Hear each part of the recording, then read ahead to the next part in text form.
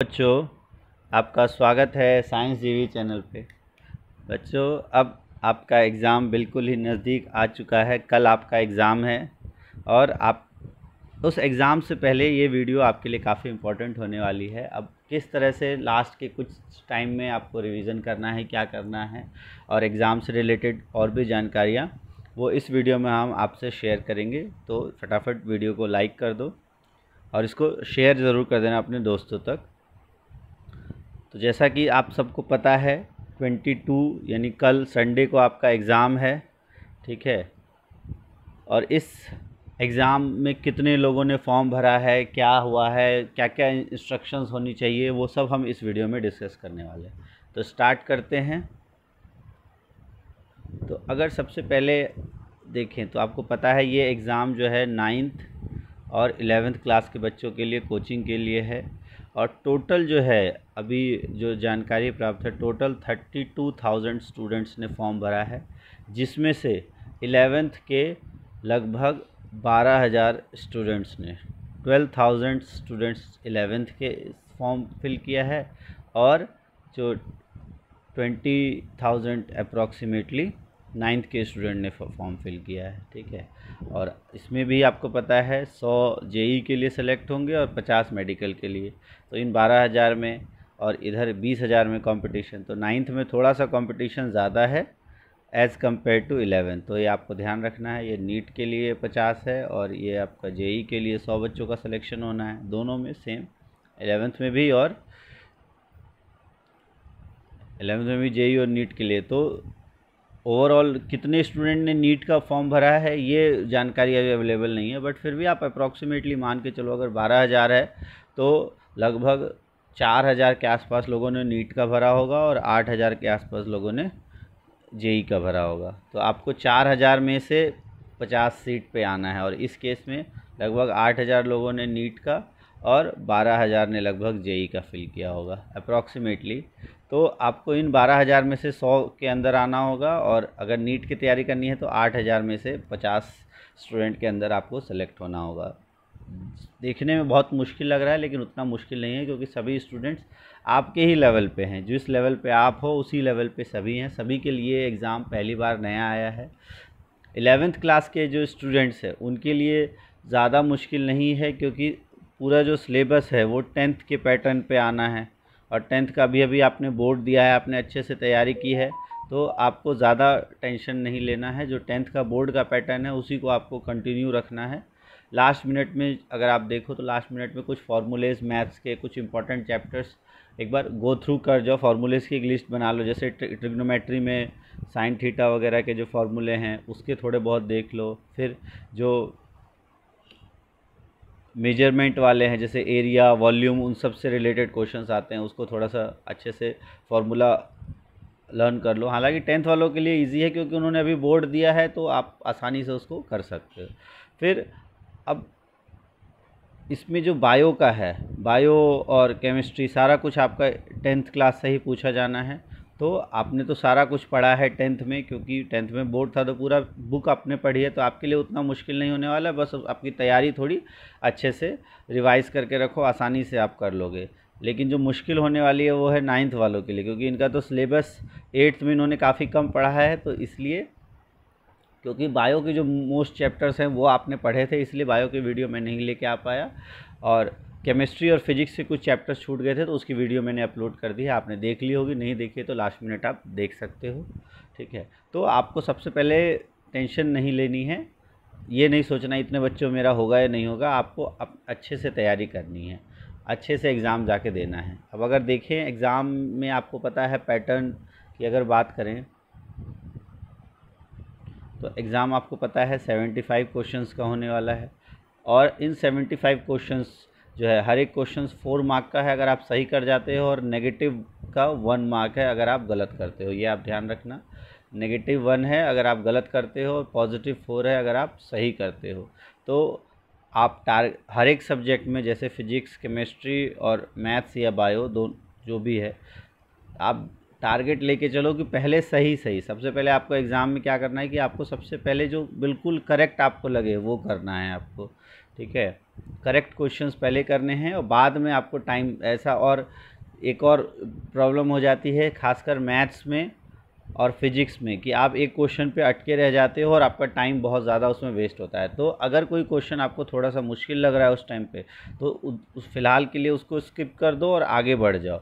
जब लास्ट में दोबारा टाइम मिले तब उसको करो, ठीक है। तो पहले वन गो में, जैसे एक से स्टार्ट हो रहा है, अगर आपको जो सब्जेक्ट प्रेफर्ड है, चाहे आपकी फ़िजिक्स अच्छी है, केमिस्ट्री अच्छी है, मैथ्स, बायो, जो अच्छी है आपको पहले वो करो, ताकि आपको शुरू से कॉन्फिडेंस मिले। जिसकी तैयारी आपकी अच्छी है पहले वो सब्जेक्ट करो। जैसे मान लो आपकी बायो की तैयारी अच्छी है तो पहले आप बायो का सब्जेक्ट करो, क्योंकि OMR में आपके 1 से 75 तक सारे, 1 से 100 तक होते हैं, लेकिन आपको सिर्फ 75 करने हैं। तो अकॉर्डिंगली अगर आपने नीट सेलेक्ट किया है तो आपको पहले 50 और फिर लास्ट के 25 क्वेश्चन करने हैं। 75 से लेके 51 से लेके 75 क्वेश्चन तक नहीं करना है अगर आपने नीट सेलेक्ट किया। और अगर आपने जेई सेलेक्ट किया है तो आपको 1 से लेके 75 क्वेश्चन तक ही करने हैं। तो आप सबसे पहले आप अपना देखो कौन सा सब्जेक्ट आपका स्ट्रॉन्ग है, पहले वो क्वेश्चंस करो। उससे क्या फ़ायदा होगा कि आपको कॉन्फिडेंस मिलेगा।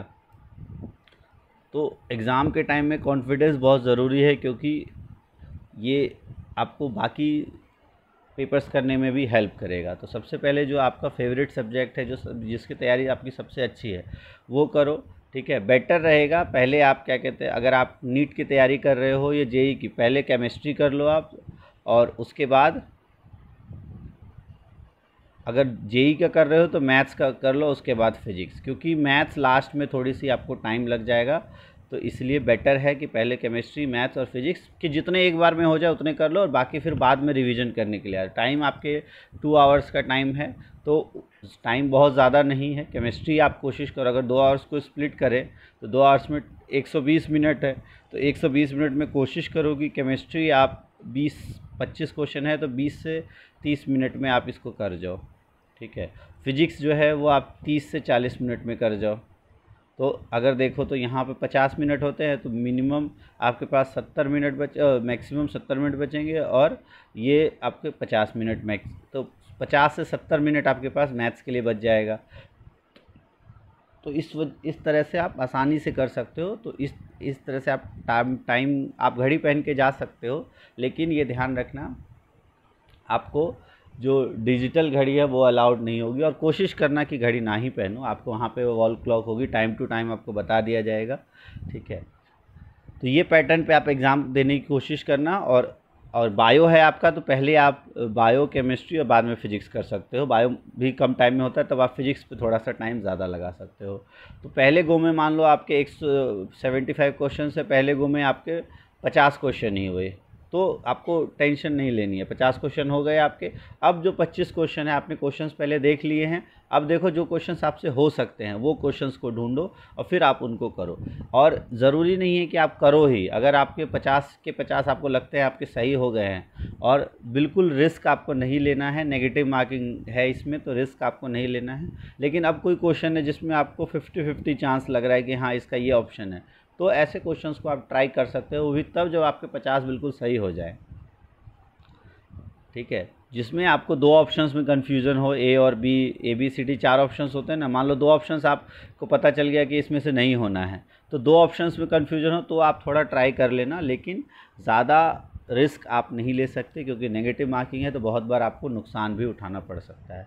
अब कुछ जनरल इंस्ट्रक्शंस अगर देखें जो एग्ज़ाम से रिलेटेड हैं, उसके बारे में आप ध्यान से समझ लो, क्या क्या लेके जाना है, क्या करना है, ध्यान से आप समझ लो। तो अब सबसे पहले आपको पता है जो एग्ज़ाम की टाइमिंग है। एग्ज़ाम आपका स्टार्ट हो जाएगा 10:30 पे, और एग्ज़ाम आपका चलेगा 12:30 तक, ठीक है। आप सबको एडमिट कार्ड अलॉट हो चुके हैं, आपको अपना सेंटर पता चल चुका है। जो सेंटर का गेट क्लोजिंग का टाइम है, जो गेट क्लोजिंग टाइम है वो है आपका 9:45, ठीक है। 9:45 तक आपके गेट क्लोज़ हो जाएंगे, तो आपको 9:45 से पहले ही पहुंचना है। तो और 9 AM से एंट्री स्टार्ट हो जाएगी, तो आप कोशिश करो कि 9 बजे पहुंच जाओ, ताकि पैनिक ना करो। अगर लेट हो जाता है तो बहुत सारी चीज़ें होती है, एग्ज़ाम में नहीं जा पाओ तो पैनिक हो जाता है। तो टाइमली आप सेंटर पे पहुंच जाओ। और आपको क्या क्या लेके जाना है, तो आपको अपना कोई भी एक फ़ोटो ID कार्ड रख लेना, आधार कार्ड, ठीक है, इसके अलावा आपको 2 कॉपी ऑफ एडमिट कार्ड मिले होंगे, दोनों कॉपी आपको लेके जानी है। एक कॉपी आपको वहाँ सबमिट करना है और एक कॉपी आपको अपने पास रख लेना है, लेकिन लेके आपको दोनों कॉपी एडमिट कार्ड जाना है। और आपको स्कूल ड्रेस में जाना है, ये आप ध्यान रखना। ये 3 चीज़ों का आपको ध्यान रखना है। इसके अलावा आप कोई भी चीज़ नहीं लेके जा सकते। मोबाइल ये सब आप अलाउड नहीं है, ना ही बैग अलाउड है, ये सब कुछ अलाउड नहीं है। ना ही आपको कार्डबोर्ड वगैरह कुछ नहीं लेके जाना है। सिर्फ आपको आधार कार्ड, 2 कॉपी एडमिट कार्ड, अच्छा एक और ब्लू और ब्लैक पेन, ब्लू या ब्लैक दोनों नहीं, ब्लू और ब्लैक, जिससे आप अपना पेपर देना चाहो। और ये ध्यान रखना ये बॉल पेन होना चाहिए, ठीक है।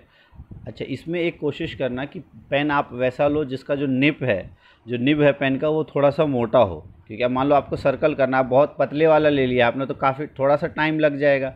तो थोड़ा मोटा निब वाला पेन लोगे तो जल्दी से वो सर्कल हो जाता है, ठीक है। तो ये आप कर सकते हो कि थोड़ा सा मोटे निब वाला पेन ले लो, जो उसकी निब है वो थोड़ी सी थिक हो, ताकि आप आसानी से उसको, क्योंकि अगर हर एक में मान लो 75 क्वेश्चंस करने में आप हर एक में 2 सेकंड भी अगर बचा ले रहे हो तो भी आप एग्ज़ाम में कितने 75 इंटू 2 150 सेकेंड्स, तो 2 से 3 मिनट आप बचा ले रहे हो।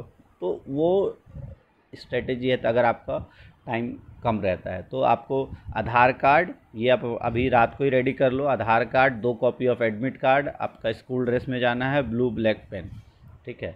ये चारों चीज़ें, और टाइमली आज सो जाना। आप रात को ज़्यादा लेट तक रिवाइज़ मत करो, टाइमली आपको सोना है, नींद आपको अच्छे से लेनी है, और सुबह सुबह आपको उठ के सेंटर पे टाइम से पहुंच जाना है।